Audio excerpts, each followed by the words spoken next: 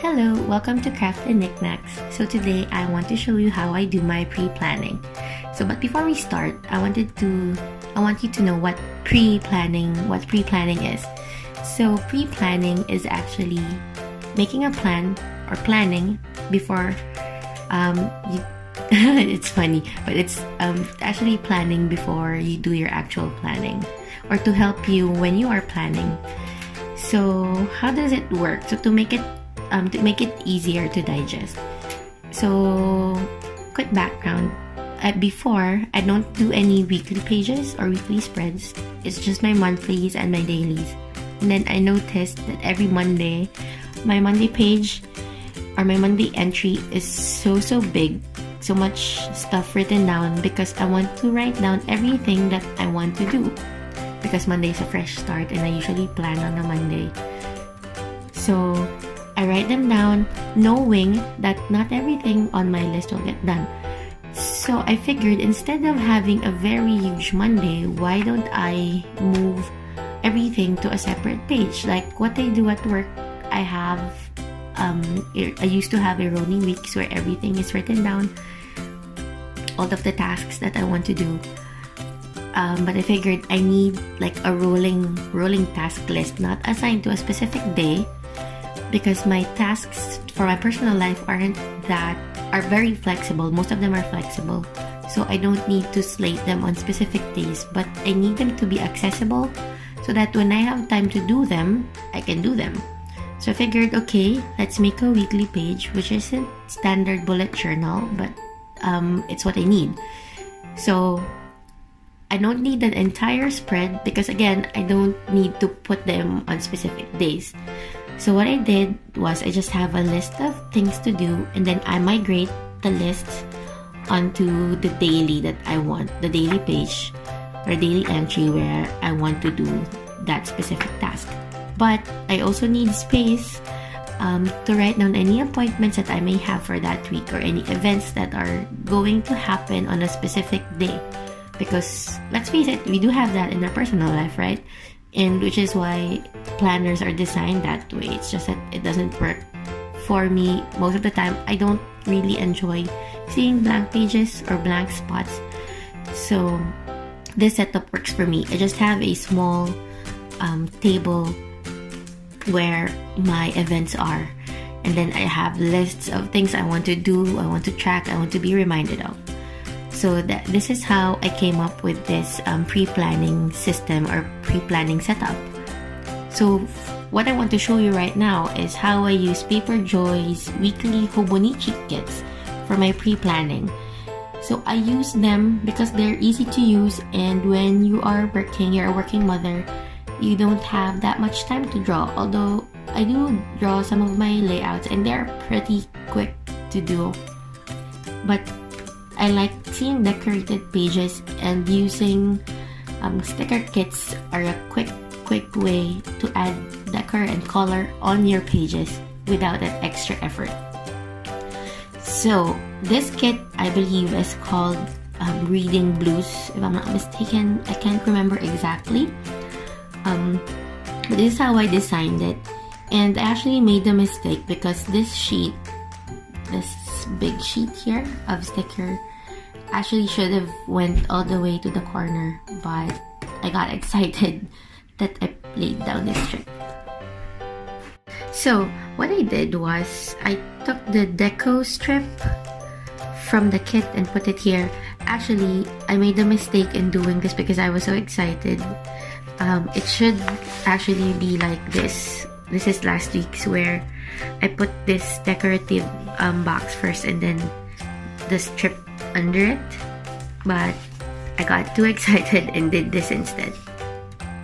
So the big box from the deco sheet, I put it on top, and this gives it a nice decorated feel.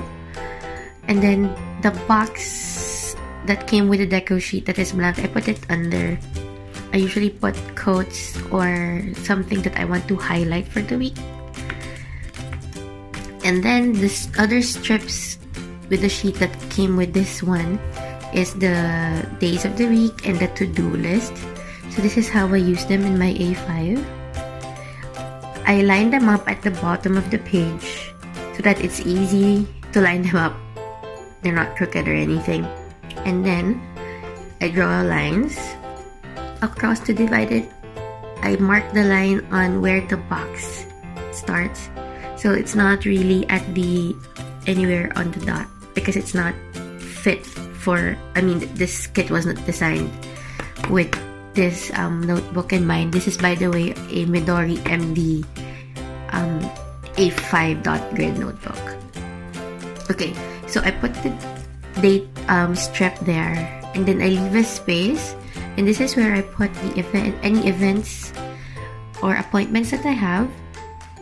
And then I put down the to-do list at the side. I usually put it on the spine, but since I'm at the latter half of my book, I tried to line it up on the last dot, but I wasn't really good at lining it up, so whatever.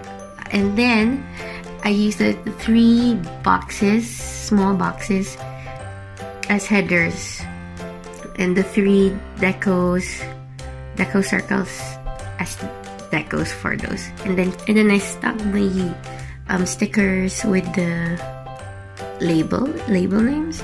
So I used today for the appointments list, and then for the to-do list, and then for my open tracker, or not tracker, but actually my open to-do list, because I list down all of the things that I want to do for this week. I just labeled them goals just to make sure I use all of the stickers. So these are my goals for the week. And then notes, for any notes. And then the track for my social media tracker. This is not actually a tracker, but for me to do, it's actually a to-do list for my social media. But I labeled track because I want to keep on track of these things. Okay, so now that I have all my list here, so how does it work now, or why is it called pre-planning? So what I do is I start my day and I do my usual planning, right? So this is why this is called pre-planning and this is planning. So I plan my day, I get whatever task from my open task list and plug them in here. And then of course, when I do my planning, my daily planning, there are tasks here that are not even on my pre-planning list, and that's okay, because the demands of the day usually change every day, every minute.